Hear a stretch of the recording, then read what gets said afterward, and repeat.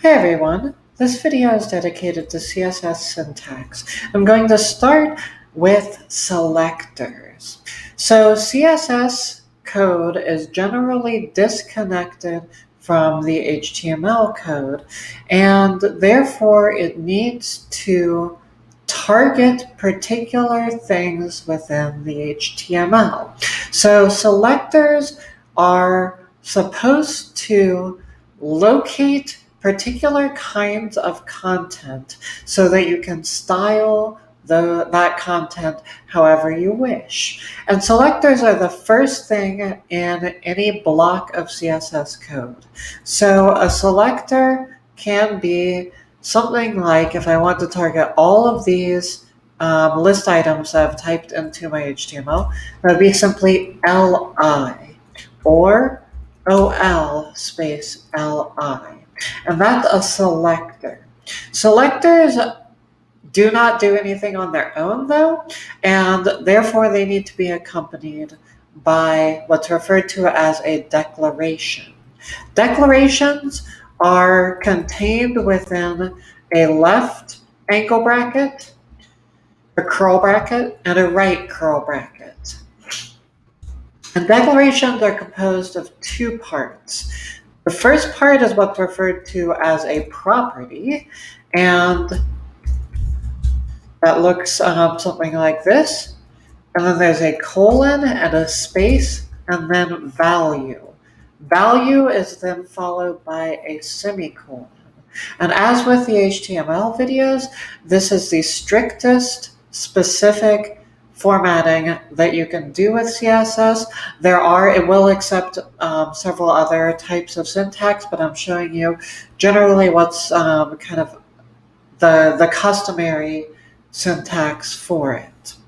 So we have a property and a value, and the role of the property is to say, here is what we want to be styling with this. So for instance, if I wanted to increase the font size of my list items, then the value tells you what size, or if you're adjusting color, what color, and so on. So 18 pixels, and you see that changes the size of my font size here. So altogether we have a selector, a property, and a value, and the property and value together are called a declaration. You can have multiple declarations, and taken together, these are called a declaration set. If I only have one declaration and one selector, the entire thing is what's called a rule. Rules are much like an HTML element. They are a complete unit of code that will specify a particular thing. If you have a selector with a declaration set within it,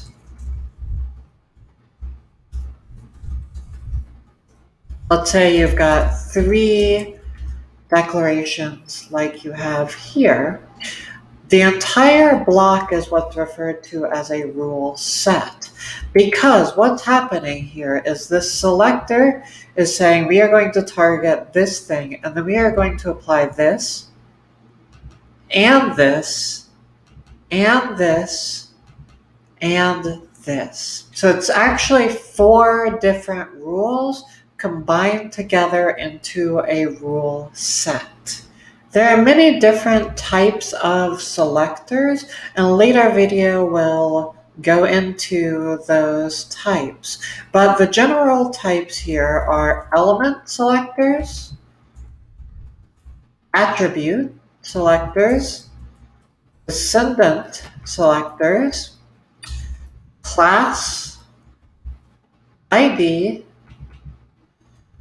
root, and a special one that's referred to as pseudo selectors. Properties are, for the most part, fairly straightforward, and unlike HTML, most of these do not use abbreviations. So, for instance, font size is font size.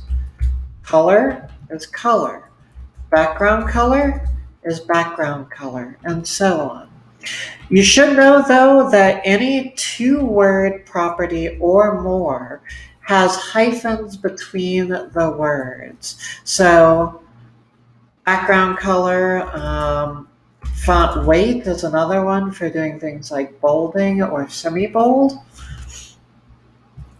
Font style, and so on. So any of these with two words will have a hyphen. If there's three words, you'll see additional hyphens, and so on. There's also what are referred to as shorthand declarations. So this property right here, background, is a shorthand property that contains many different properties within it. So it contains, for instance, background position, which controls where the background for an item is being placed. Background repeat, which controls whether that background tiles and repeats across the entire background. Background color, and several others. And taken together, you can actually write the values for all of these different properties with the single shorthand property of background. There's other ones like font, which will contain all of those different font ones I mentioned, like font style, font weight, font size, etc. And these shorthand properties have very particular syntax that you need to follow. All of them are slightly different from each other, though, so that's something that you should simply look up online via a Google search. Some of the more cutting-edge CSS code that you'll be writing is not natively supported within all browsers. And in those cases, you'll need to use what's called a vendor prefix. And vendor prefixes are basically your way of telling a browser, try to use this particular thing, but it may be a test feature, it may be something that the browser doesn't 100% support but is trying out, and a vendor prefix allows you to use that particular thing within that browser. These always start with a hyphen, and they're the only type of CSS property that does. And they differ depending on the browser. So hyphen MOZ for Mozilla is Firefox. WebKit will do Safari and some versions of Chrome. O is used for Opera. MS is used for Internet Explorer. And depending upon what property you're trying to use, certain times you'll need to use the vendor prefixes to ensure that it works across a variety of different versions and a variety of different browsers. I wanted to talk a little bit about how inheritance works within CSS. So, let's say I wanted to increase the font size of these bullet points as I did before. I would do that by targeting the LIs, and I'm going to do font size 18 pixels. However, the way inheritance works is that if you target something higher up in the tree of elements, say the parent element for each of these LIs, which is the OL, certain properties will be inherited by the descendant elements, these children elements of the LIs. Anything in general that is text related, such as color, font size, font style, etc., is going to be inherited downward by the children element, which is why if I set a font size of 18 pixels to the OL, which is the parent element, you see it applies to the LI within this. However, anything that has to do with the styling of the box, such as the margins or borders or things like that, those are not inherited downward. So let's take a look at this. I'm going to give a 50 pixel margin to the entire OL, and you'll see that the OL moves 50 pixels down from the top and 50 pixels from the left edge. But you don't see individual LIs. All the children element do not inherit that margin. And that's because that is a box level property, which means that it is not inherited by the descendant elements. As with HTML, writing human readable code within CSS is incredibly important.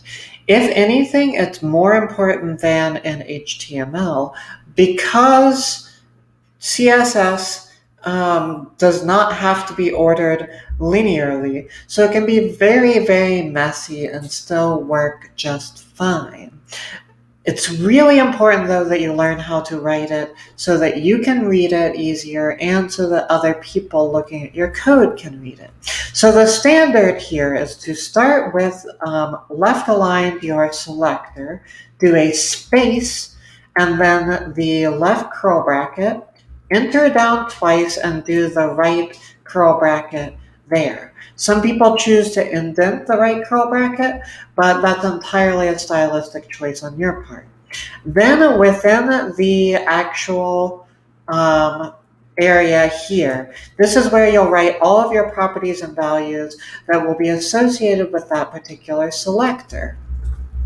Each declaration within this should have its own line and should be indented so that they're on the same indentation level. There won't be tons of different indentations like there are with HTML. It's really just this one indentation level that all your declarations should be on. And taken together, that makes this very, very easy to read. And then once you have multiple rules, the idea is that each of them, if you give yourself an extra blank line between each rule or rule set, you can have a nice, neat, easy to read bit of CSS code.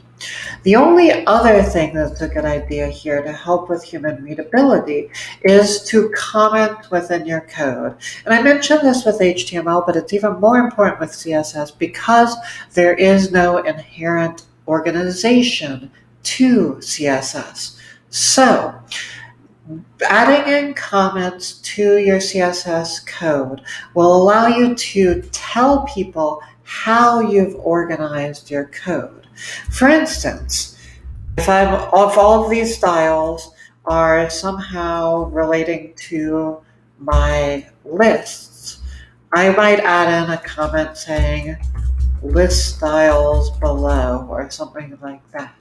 Comments start with a slash and then have an asterisk, and they close with asterisk slash. So use comments extensively to organize your code because that allows you to know where particular pieces of code are, as well as other people looking at your code to know how you've organized it. That covers CSS syntax. As a quick review, this right here is a selector, and its role is to target the type of content you want to style within your HTML document. This right here is a declaration, and its role is to style the content that you have targeted with your selector.